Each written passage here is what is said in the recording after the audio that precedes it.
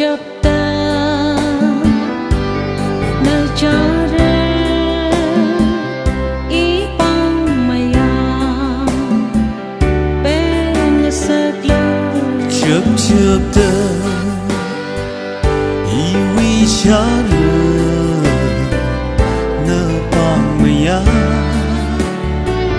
bên sơ lơ ý băng maya bên sơ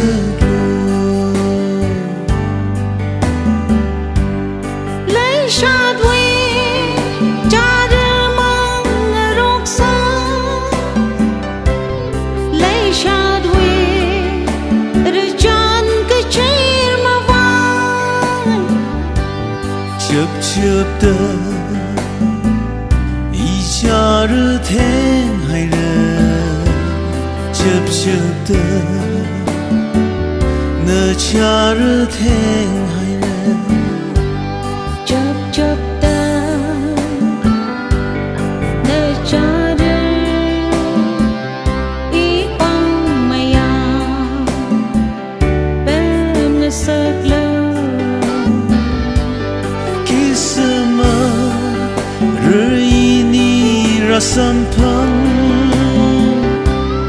mapaning sahi gathagapa mà thấy rằng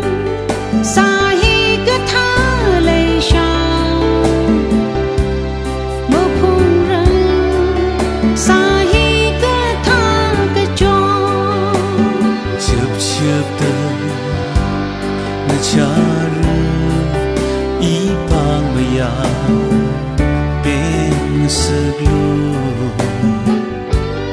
bao xa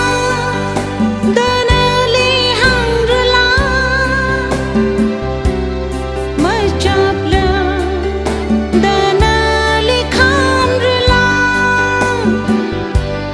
ning vi khơ ma gơ sư khi hằng rơ ot phun hi cơ ly ngơ va ta rơ chập ta nơi cha re ý băng maya bên sơ lơ chập ta ý vi cha rơ nơ bang maya bên sơ lô ý bang maya bên sơ lô